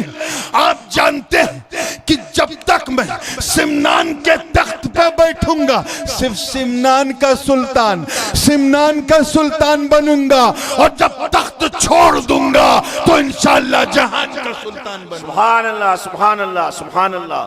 نعرہ تکبیر، نعرہ رسالت، فیضان حضور مخدوم اشرف جہانگیر سمنانی۔ سمنا کا تخت چھوڑ کے غوث الورا ہوئے، یوں سلطنت کے ترک نے سلطان بنا دیا۔ یہ تیسری لیئر، والقناطیر المقنطرۃ من الذهب والفضہ والخیل المسومہ، اور سجے ہوئے رنگ دیے گئے خوبصورت گھوڑے، یہ بھی ایک لیئر ہے۔ اس زمانے میں گھوڑے تھے، آج کے زمانے میں کہہ لیجئے تو بینٹلی ہے، رویل روائس ہے، بی ایم ڈبلیو ہے، مرسیڈیز ہے، آڈی ہے۔ ہماری اچھا اس نے یہ گاڑی لیا ہے، 3 ماڈل میں 4 لوں گا، اس نے 4 میں 5واں ماڈل لوں گا، اس نے میڈیم لیا میں ٹاپ ماڈل لوں گا۔ اے ٹاپ ماڈل گاڑیوں پر بیٹھ کر اپنی امیری کے نشے میں چور ہو کر غریبوں کی غربت کا مذاق اڑانے والوں، کہیں ایسا نہ ہو کہ آج مرسیڈیز میں چلنے والے میدان محشر میں تیرے قدم کہیں پل صراط پہ لڑکھڑا نہ جائیں، کہیں تھر تھرا نہ جائیں۔ اس لیے اپنے ایمان کے شعور کو ایمان کی زمین سے نکال اور قیمتی گاڑیوں کی محبت کو لات مار، اس میں بیٹھ مگر اس پر نخرے مت کر۔ اپنی غریبی کو تھام کر دامن غریب نواز تھام لے تو یہاں بھی چمکدار رہے گا، وہاں بھی چمکدار رہے گا۔ سبحان اللہ سبحان اللہ سبحان اللہ سبحان اللہ۔ والانعام، اور تمہارے مویشی۔ آج کل جیسے پولٹری فارم میں لوگ رکھتے ہیں، یہ گوٹ فارم ہے، یہ فارم ہے، وہ فارم ہے، اور اپنی فارمنگ پہ بڑا ناز ہے، یہ بھی بہت بڑا لیئر ہے۔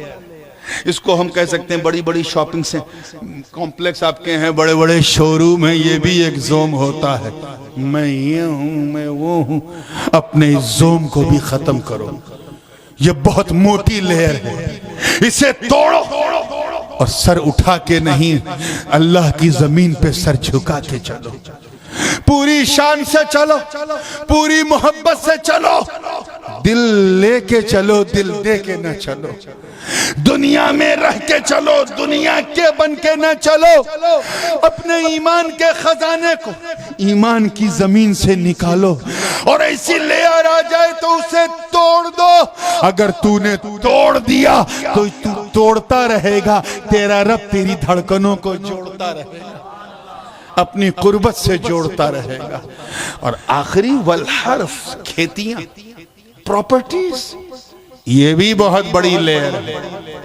جو بھی جتنا بڑا زمیندار ہے وہ سوچتا اتنی اونچی کرسی پہ بیٹھوں، یہ غریب ہے تو نیچے بیٹھے گا، چلے گا، میں امیر ہوں میں اوپر بیٹھوں گا۔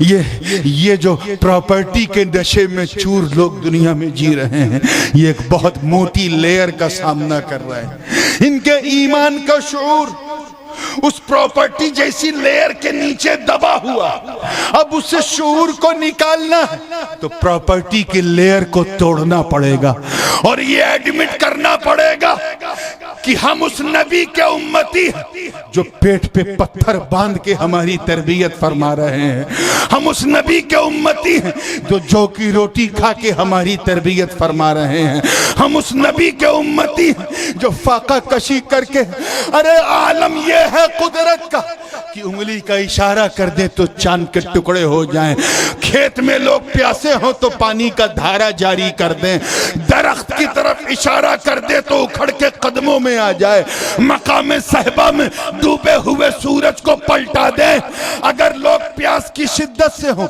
تو ندی کا دھارا جاری کر دے۔ طاقت اتنی ہے مگر پیٹ پہ پتھر باندھے ہوئے ہیں، راہوں میں کانٹے بچھ رہے ہیں۔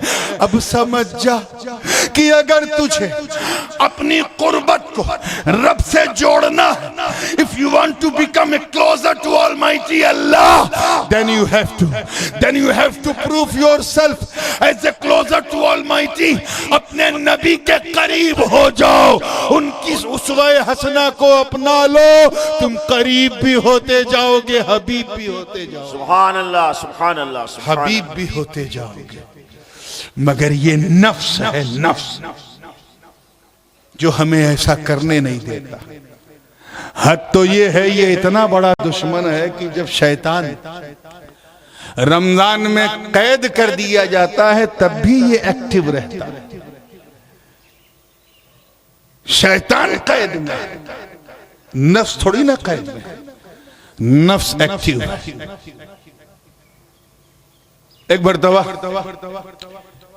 کہا جاتا ہے، ایک واقعہ مشہور ہے کہ مرزا غالب دلی میں کہیں اپنے ساتھیوں کے ساتھ بیٹھ کے رمضان میں کسی کمرے میں بیٹھ کے آم کھا رہے تھے رمضان کے دنوں میں۔ کسی نے دیکھا، کہا مرزا صاحب روزے کے دن آپ کھا رہے ہیں؟ ارے اس دن تو شیطان کو قید کر دیا جاتا ہے اس مہینے۔ تو جانتے کیا کہا؟ ہاں، جس کمرے میں قید کیا جاتا ہے وہ کمرہ یہی ہے۔ شیطان قید ہوتا ہے، نفس نہیں قید ہوتا۔ نفس اور شیطان میں بڑا بنیادی فرق یہ ہے کہ شیطان کا کام ہے، نفس کا کام ہے انسان کو بہکانا۔ کیا ہے؟ الذی یوسوس فی صدور الناس۔ نفس کا کام کیا ہے؟ زور سے بولو۔ انسان کو بہکانا، اور شیطان کا کام ہے کہ نفس کے بہکاوے کو مدلل بنانا، مبرہن بنانا۔ مثال کے طور پہ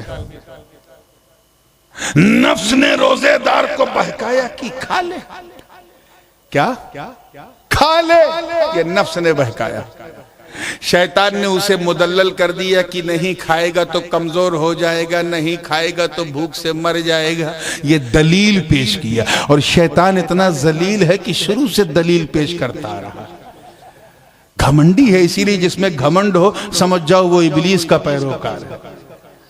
حضرت آدم کے لیے جب سجدہ تعظیمی کا حکم ہوا تو سب چلے گئے سارے فرشتے، شیطان نہیں گیا، اکڑ گیا۔ اور دلیل کیا پیش کی؟ اے اللہ انا خیر منہ، I am better than آدم، تو نے آدم کو مٹی سے بنایا، مجھے آگ سے بنایا، میں آدم سے بہتر ہوں تو میں کیوں سجدہ کروں؟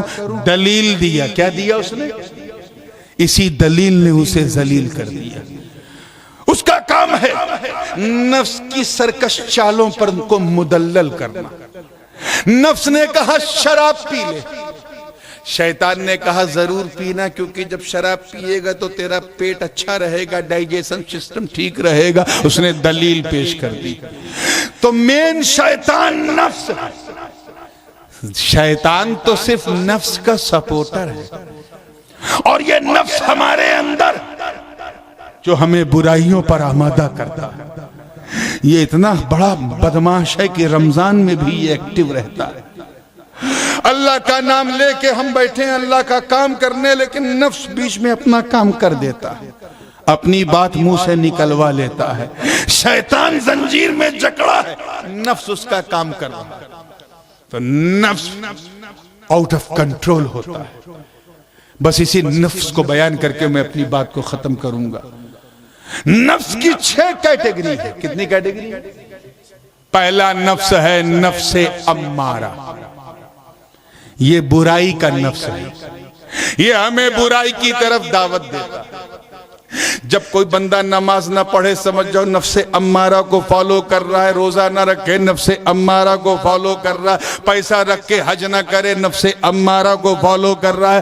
اگر کوئی اپنی کمیونٹی میں اتحاد کے بجائے اختلاف پیدا کرے سمجھ جاؤ نفس امارہ کو فالو کر رہا ہے۔ اگر کوئی ڈیوائیڈ اینڈ رول کرے سمجھ جاؤ نفس امارہ کو فالو کر رہا ہے۔ اگر کوئی بندہ لوگوں کے اندر تفریق پیدا کرے، یہ تیرا ہے یہ میرا ہے، سمجھ جاؤ نفس امارہ کو فالو کر رہا ہے۔ تو نفس امارہ وہ ہے جو آپ کو شراب پلوا دے، زنا کروا دے، بے حیائی کروا دے، منہ سے گالی نکلوا دے، غیبت کروا دے، بیک بائٹنگ کروا دے، حسد کروا دے، آپ سے روحانی بیماری جسمانی بیماری سب پیدا کر دے۔ یہ نفس امارہ، جو بندہ گناہ کرتا ہے وہ نفس امارہ کے پیچھے پیچھے بھاگتا ہے۔ اے اللہ ہماری دنیا اچھی کر دے، مطلب اے اللہ ہمیں نفس امارہ کی آوارگی سے بچا لے، ہمیں نفس امارہ کا متبع نہ بنائے۔ نفس مومنہ نے کہا پیر کا دامن مت چھوڑ، نفس امارہ نے کہا عقل لگا۔ ہو سکتا ہے پیر کی عقل کام نہ کر رہی ہو سکتا ہے پیر کے اوپر سحر ہو گیا ہو سکتا ہے پیر کسی سازش کا شکار ہو سکتا ہے پیر کا کان بھر دیا گیا ہو۔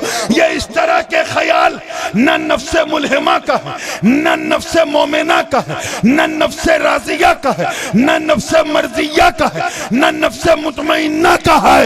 یہ کام نفس امارہ کا ہے، نفس شیطان کا ہے۔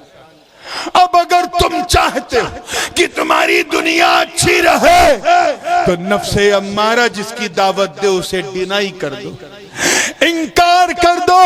تیرا یہی انکار تجھے مولا کے قریب کر دے گا۔ سبحان اللہ، سبحان اللہ۔ دوسرا نفس ہے نفس لوامہ۔ کیا؟ لوامہ۔ یہ تھوڑا سا نرم اور گداز ہے اس میں۔ نفس امارہ آپ نے سن لیا، یہ برائی کی دعوت دیتا ہے، برائی کی طرف کیا کرتا ہے؟ نفس لوامہ کیا ہے؟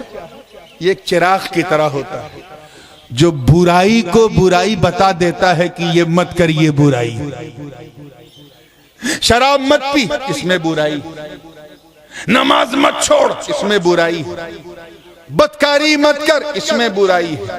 یہ نفس لوامہ ہے جس نے بری چیزوں کو تیرے سامنے بری دکھا کے پیش کر دیا۔ نفس امارہ میں بری چیزیں اچھی لگتی، اگر گناہ اچھا لگنے لگے، لطف آنے لگے، مزہ آنے لگے تو سمجھ جاؤ نفس امارہ کی پیروی ہو رہی ہے۔ گناہ برے لگنے لگے سمجھ جاؤ نفس لوامہ کی پیروی ہو رہی ہے۔ بات سمجھ میں آ گئی؟ اللہ پاک فرماتا لا اقسم بالنفس اللوامہ، قسم ہے مجھے نفس لوامہ کی۔ یہ ایسا نفس ہے کہ اس کی قسم اللہ نے کھائی۔ پھر نفس لوامہ جو ہے وہ بندہ پہلے نفس امارہ کے پیچھے رہتا ہے، پھر ترقی کرتے کرتے اس کا نفس لوامہ میں بدل جاتا ہے۔ پھر نفس لوامہ جو ہے ترقی کرتے کرتے کرتے کرتے کرتے کرتے نفس ملہمہ بن جاتا ہے۔ کیا بن جاتا ہے؟ یہ تیسرا نفس ہے، نفس ملہمہ۔ یہ وہ نفس ہے جو نیکی کی دعوت دیتا ہے۔ لوامہ نے برائی کو برائی دکھا دیا لیکن نیکی کی طرف بلایا نہیں۔ ملہمہ جو ہے اسی کو نفس مومنہ بھی کہتے ہیں، یہ آپ کو نیکی کی طرف دعوت دے رہا ہے۔ اگر آپ کا دل چاہے روزہ رکھنے کا سمجھ جاؤ نفس ملہمہ کی آواز پہ لبیک کہہ رہے ہو۔ جب بندہ برائی کرے تو نفس امارہ کا پرستار ہے، جب بری کو بری سمجھے لیکن نیکی نہ کرے نفس لوامہ کو فالو کر رہا ہے، اور جب بری کو چھوڑ کر اچھائی کی طرف قدم بڑھانے لگے سمجھو نفس ملہمہ کے پیچھے جا رہا ہے۔ یہ مومنین کا نفس ہے۔ نفس ملہمہ کس کا نفس ہے؟ زور سے بولو۔ مسلمانوں کا نفس ہے۔ چوتھا نفس ہے نفس مطمئنہ۔ یہ مطمئنین کا نفس ہے۔ ایک ہے مومن، ایک ہے مطمئن۔ دونوں میں فرق یہ ہے، مومن کا ایمان یہ کہتا ہے کہ اللہ ایک ہے، وہ ہمیں دیکھ رہا ہے، اللہ ایک ہے، اس کے علاوہ کوئی عبادت کے لائق نہیں۔ یہ نفس ملہمہ اور نفس مومنہ ہے۔ اور نفس مطمئنہ یہ کہہ رہا ہے تو اطمینان رکھ، اپنے قلب کو مطمئن کر، تجھے کسی سے ڈرنے کی ضرورت نہیں، اللہ سے ڈر۔ کسی سے گھبرانے کی ضرورت نہیں، اللہ سے ڈر۔ کسی کو خاطر میں لانے کی ضرورت نہیں، اللہ سے ڈر۔ دنیا کمانے کی ضرورت نہیں، اللہ سے ڈر۔ دنیا کے پیچھے جانے کی ضرورت نہیں، اللہ تیرے ساتھ ہے۔ دنیا کے لیے آخرت کو داؤں لگانے کی ضرورت نہیں، اللہ تیرے ساتھ۔ تو نفس مطمئنہ جو ہے وہ نفس مطمئن ہے کہ جب بندے کا نفس مطمئن ہو جاتا ہے تو پھر یہ نفس ترقی کرتے کرتے 5ویں مرحلے میں پہنچ کر نفس راضیہ بن جاتا ہے۔ کیا بن جاتا ہے؟ زور سے بولو۔ نفس راضیہ بن جاتا ہے۔ ایک چیز یہ ذہن میں رکھیے گا کہ اطمینان جو ہے وہ نفس کی کیفیت کا نام نہیں، اطمینان دل کی کیفیت کا نام ہے۔ کہتے ہیں نا حضرت آپ نے اتنی دیر تقریر کیا مگر ابھی بھی دل سیٹسفائی نہیں ہوا، تو سیٹسفیکشن جو ہے یہ نفس کی حالت نہیں ہے، یہ دل کی حالت ہے۔ کس کی؟ زور سے بولو۔ اور یہاں رب فرما رہا ہے یا ایتھا النفس المطمئنہ، اے نفس مطمئن، حالت دل کی ہے۔ رب فرما رہا ہے نفس مطمئن۔ امام غزالی فرماتے ہیں اب تو سمجھ جا کہ جب بندے کا نفس اس کے دل کا تابع ہو جائے اور دل نفس کا تابع، تو پھر اس کا نفس نہیں، نفس امارہ یا ملہمہ نہیں، بلکہ نفس مطمئنہ ہو جاتا ہے، اور اس کا دل اللہ کا عرش بن جاتا ہے، اللہ کا عرش بن جاتا ہے۔ اور قلب المؤمن عرش اللہ، جب اس کا جنازہ نکلتا ہے تو کہا جاتا ہے لوگ اپنے کاندھے پر ولی کو نہیں عرش الہی کو لے کے چل رہے ہیں، عرش الہی کو لے کے چل رہے ہیں۔ یہ صالحین کا نفس ہے۔ نفس مطمئنہ کس کا نفس ہے؟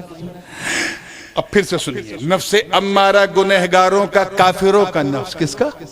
کافروں مشرکوں کا نفس ہے۔ نفس لوامہ جو ہے وہ آدھے آدھے والے جو ہوتے ہیں، یہ بھی ٹھیک وہ بھی ٹھیک، ان کا نفس ہے۔ نفس ملہمہ مومنین کا نفس ہے، نفس مطمئنہ صالحین کا نفس ہے، اولیاء اللہ کا نفس ہے۔ پھر یہی عادت، یہی دل کا اطمینان اس بندے کو اللہ کا ایسا ذاکر بنا دیتا ہے، ایسا نام جپنے والا بنا دیتا ہے کہ اس بندے کا نفس ترقی کرتے کرتے نفس مطمئنہ سے نفس راضیہ بن جاتا ہے۔ نفس راضیہ کیا ہے؟ کہ بندہ اللہ کی رضا سے راضی ہونے لگتا۔ پیسہ ہے تب بھی اللہ کی رضا سے راضی ہے، غربت ہے تب بھی راضی ہے، بھوک ہے تب بھی راضی ہے، پیاس ہے تب بھی راضی ہے، شدت ہے تب بھی راضی ہے، قرض کا بوجھ ہے تب بھی راضی ہے۔ یعنی جو بندہ مصیبت کے وقت اللہ کا شکر ادا کرے، مسکرائے، صبر کی ساری انتہا کر دے، وہی بندہ نفس راضیہ پر متمکن۔ اور یہ کسی معمولی انسان کا نفس نہیں، یہ صابرین کا نفس ہے۔ کس کا نفس ہے؟ صابرین کا نفس ہے۔ ذرا دیکھ کربلا میں کیا ہوا۔ ایک طرف 22,000 کا لشکر جرار اور ایک طرف 22 سے 72 صابرین۔ وہ صابرین 3 دن تک بھوکے پیاسے رہے، مگر شکوہ نہیں، شکایت نہیں۔ ایک کے بعد ایک لوگوں کا لاشا اٹھ رہا، شہادتیں ہو رہی، خون کربلا کے رڑ میں بہ رہا ہے، مگر راضی ہے، اللہ کی رضا سے راضی۔ یہ راضی اور برضائے حق ہونا یہ حسینی نفس ہے، یہ صابرین کا نفس۔ اس لیے اگر اللہ کا قرب حاصل کرنا تو نفس امارہ کو لات مار کر نفس لوامہ کی طرف بڑھ، اور آگے نفس ملہمہ کی طرف بڑھ، اور آگے نفس مطمئنہ کی طرف بڑھ، اور آگے نفس راضیہ کی طرف بڑھ۔ اچھا ہو تب بھی شکر ادا کر، برا ہو تب بھی شکر ادا کر۔ جب تو شکر ادا کرے گا تو چہرہ تیرا ہوگا، جلوہ حسین کا نظر آئے گا۔ اور جب بندہ اللہ کی رضا پہ راضی ہو کر مسکراتا رہتا ہے تو اس کا نفس جو ہے وہ ترقی کرتے کرتے جو فائنل اسٹیج ہے، ٹاپ ریٹنگ، ٹاپ کوالٹی کے جو اولیاء، یعنی نفس راضیہ پھر نفس راضیہ نہیں رہتا، نفس مرضیہ بن جاتا۔ یا ایتھا النفس المطمئنہ ارجعی الی ربکی راضیۃ مرضیہ۔ تو پہلا مرحلہ راضیہ کا ہے کہ تو اللہ کا طالب بن۔ کیا بن؟ زور سے بولو، تو اللہ کا طالب بن۔ اور آسان کر دوں، تو اللہ کا لور بن، لور، پریمی بن۔ اور جب یہی طلب آگے بڑھتی ہے تو وہ دن آتا ہے کہ تیرا نفس راضیہ مرضیہ میں بدل جاتا ہے۔ اب تو اللہ کا طالب نہیں، تو اللہ کا مطلوب بن جاتا ہے، محبوب بن جاتا ہے۔ سبحان اللہ، سبحان اللہ۔ کوئی محبوب الہی بن کے چمکتا ہے، کوئی محبوب سبحانی بن کے چمکتا ہے، کوئی مخدوم اشرف محبوب یزدانی بن کے چمکتا ہے، تو کوئی سراج الدین بخاری شاہ عالم کی شکل میں محبوب باری بن کے چمکتا ہے۔ پھر بندہ لور نہیں، اپنے رب کا بھی لوڈ بن جاتا ہے۔ نفس مرضیہ اور راضیہ میں یہی فرق ہے کہ راضیہ میں طلب ہے طالب کی، بندہ طالب کہتے ہیں نا حضرت مجھے آپ سے طالب ہونا، تو ایک ہوتا ہے بندے کا طالب ہونا اور ایک ہوتا ہے بندے کے ذریعے اللہ کا طالب ہونا۔ بندہ طالب ہے اور جس کے ہاتھ پہ طالب ہوتا ہے وہ مطلوب کہلاتا ہے۔ کیا؟ زور سے بولو۔ تو نفس راضیہ میں بندہ طالب، اللہ مطلوب، اور نفس مرضیہ میں اللہ طالب، بندہ مطلوب ہو جاتا۔ اور نفس مرضیہ جو ہے وہ مقام رضا ہے، وَرِضْوَانٌ مِّنَ اللَّهِ اکبر کی خوشخبری انہیں سنائی دی جاتی ہے۔ وقد نرى تقلب وجهك في السماء فلنولينك قبلة ترضاها کی خوشخبری انہیں سنائی جاتی ہے. وَلَسَوْفَ يُعْطِيكَ رَبُّكَ فَتَرْضَاكَ جبہ و دستار پہنا دیا جاتا ہے. اب اگر وہ گردن اٹھا دے تو پھر قبلہ فلسطین نہیں مکہ بن جاتا، کیونکہ وہ بندہ طالب نہیں مطلوب ہو گیا، محب نہیں محبوب ہو گیا. اور یہ مقام رضا، مقام تسلیم و رضا، یہ ذات محمدی کا نفس ہے، یہ نفس پاک محمدی، اور یہ صرف اولیاء صدیقین کو نصیب ہوتا ہے، سارے ولیوں کو نصیب نہیں ہوتا. اس کی پہلی کوالٹی یہ ہے کہ اپنے اختیار کو چھوڑ کر کے ترک الاختیار بعد القضاء، واقعہ ہو جانے کے بعد اپنے اختیار کو چھوڑ دینا پہلا اسٹیپ. ہم روک سکتے تھے مگر ہم نے نہیں روکا، کیونکہ ہم جانتے ہیں اللہ کی مرضی اس میں نہیں. اسے کہتے ہیں مقام رضا، مقام مرضیہ. دوسرا مرحلہ ہے کہ الاختیار بمر القضاء، قضا یعنی موت کی کڑواہٹ سے خوش ہو جانا، یہ دوسرا مرحلہ ہے. اور تیسرا مرحلہ یہ ہے کہ موت کو اللہ کی رضا پہ ایسا راضی ہونا کہ ہر تکلیف پر فرحت محسوس کرنا، ہر مصیبت پر مسکرا دینا، یہ مقام رضا کی انتہا ہے. حضرت، میں ایک ہی واقعہ بیان کر کے بات کو ختم کروں گا کہ حضرت غوث محمد گوالیار رحمت اللہ علیہ، گوالیار کے غوث تھے، مہاراجہ سندھیا کے زمانے میں اس کے محل میں رہتے تھے. راجہ کو لگا یار سب پرجا میری ہیں، گیت ان کے گاتے ہیں. یہ وہی واقعہ ہے جو میں نے ایک بار سنایا تھا. پرجا میری ہیں، گیت ان کے گاتے ہیں. اب وہ کیا کرے؟ تو اس نے سوچا کسی بہانے سے ان کو نکال دو. نکالنے کے لیے اس نے ارادہ کیا، لیکن کیونکہ بادشاہ خود بھی عقیدت مند تھا ان کا، تو اس نے کہا بابا آپ جائیے، لیکن 400-500 سپاہیوں کے ساتھ میں آپ کو وہاں تک بھیجوں گا جہاں تک میری سلطنت کی سیما. خوب ڈھول تاشے نگاڑے کے ساتھ جلوس نکلا. جیسے ہی سیما سماپت ہوئی، حضرت خواجہ غوث محمد گوالیاری رحمت اللہ علیہ صرف اپنے پریوار سہت اکیلے رہ گئے. ڈاکوؤں کا علاقہ تھا، بندیل کھنڈ کی زمین، سنگلاخ چٹیل میدان. آپ کے ساتھ آپ کی بیوی، بچے اور ایک آپ کی 9 سال کی ایک نواسی تھی. سفر پہ چلے تو ڈاکوؤں نے حملہ کر دیا. آپ مقام رضا پر فائز تھے، اولیاء صدیقین صبر کر رہے ہیں، معلوم ہے اللہ کی رضا معلوم، لیکن کرامت نہیں دکھائی. تو ترک الکرامتی بعد القضاء، یہ بھی مقام مرضیہ کی شان ہے کہ اپنی کرامت کو نہ دکھانا، پاور ہوتے ہوئے کرامت نہ دکھانا، یہ اللہ کے نیک بندوں کی شان ہے. آپ نے کرامت نہیں دکھائی. ڈاکوؤں نے لوٹنا شروع کر دیا. 500 ڈاکو تھے گھڑ سوار. ایک ڈاکو کی نظر آپ کی 9 سال کی نواسی پہ پڑی. کان میں سونے کی بالی نواسی نے پہنی تھی. ڈاکو نے اس ننھی بچی کی بالی نوچ لی. نوچنا تھا کہ خون کا پھوارا پھوٹ اٹھا. یہ منظر دیکھ کر حضرت خواجہ غوث محمد گوالیار برداشت نہ کر سکے.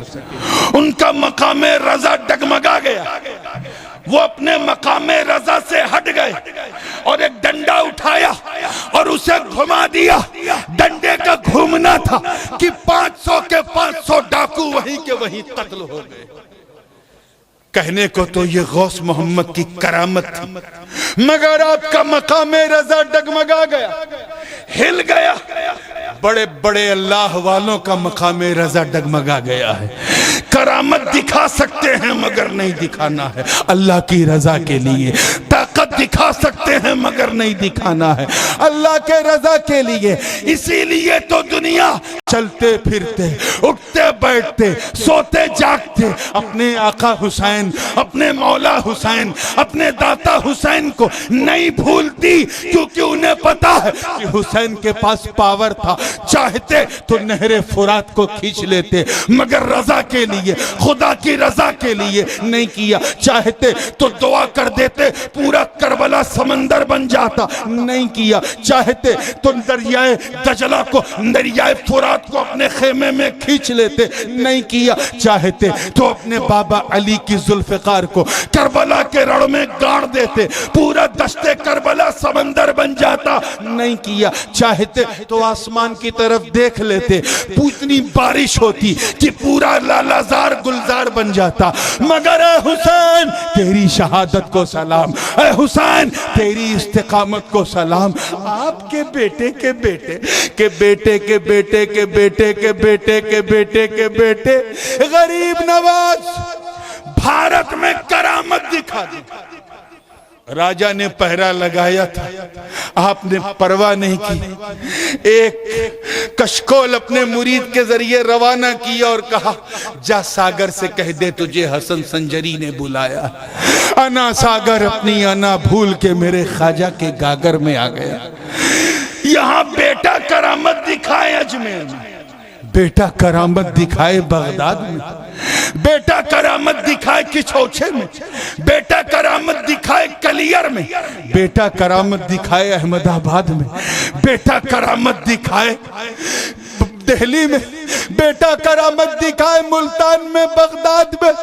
آقا حسین آپ نے کرامت کیوں نہیں دکھائی؟ عباس کے بازو کٹ گئے، آپ نے کرامت کیوں نہیں دکھائی؟ سکینہ لتش لتش کر رہی، آپ نے کرامت کیوں نہیں دکھائی؟ آقا حضرت زین العابدین بیمار تھے، آپ نے کرامت کیوں نہیں دکھائی؟ جناب علی اصغر کا بچپن چھین لیا، آپ نے کرامت نہیں دکھائی۔ قاسم بن حسن کی جوانی لوٹ لی گئی، آپ نے کرامت نہیں دکھائی۔ تو آواز آئی کہا سن، خواجہ کی ڈیوٹی اور تھی، جنت کے راجہ کی ڈیوٹی اور تھی۔ خواجہ بھارت میں آئے اسلام پھیلانے کے لیے، اور مولا حسین کربلا میں آئے اسلام بچانے کے لیے، پھیلانے کے لیے۔ کرامت ضروری ہے، کرامت جو خواجہ نے دکھا دی بچانے کے لیے، استقامت ضروری ہے جو جنت کے راجہ نے دکھا دی۔ نعرہ تکبیر، نعرہ رسالت، شہید اعظم، والی ہندوستان، سبحان اللہ۔ تو میاں مقام رضا کو سمجھو، اگر کچھ پریورتن نظر آ رہا تو اللہ کی رضا مان کے اسے ایکسپٹ کرو، اور ہاشا کل اللہ اللہ۔ یہ تو پہلا اسٹیپ ہے کہ پیر کا دامن، یہ باقی کے سارے اسٹیپ تو بہت بعد کے ہیں۔ اگر پیر ہی کا دامن ڈھیلا ہو گیا تو گئی بھینس پانی میں، سب کچھ چلا جائے گا۔ اس لیے چمک دمک رمک یہ سب چھوڑو، ہوش کے ناخن لو، اپنے سماج میں ایکا پیدا کرو، متحد ہو جاؤ، ایک ہو جاؤ، انیک نہ رہو، انیکتا میں ایکتا پیدا کرو۔ یاد رکھنا ہمارا خدا ایک، ہمارا نبی ایک، ہماری کتاب ایک، ہمارا کعبہ ایک۔ تو اگر پیر ایک ہے تو کہہ دینا ہم سارے مرید ایک، یہاں بھی ایک رہیں گے وہاں بھی ایک رہیں گے۔ مولا کریم ہماری دنیا بھی بہتر فرمائے، ہماری آخرت بھی بہتر فرمائے۔ وآخر دعوانا ان الحمدللہ رب العالمین۔ السلام۔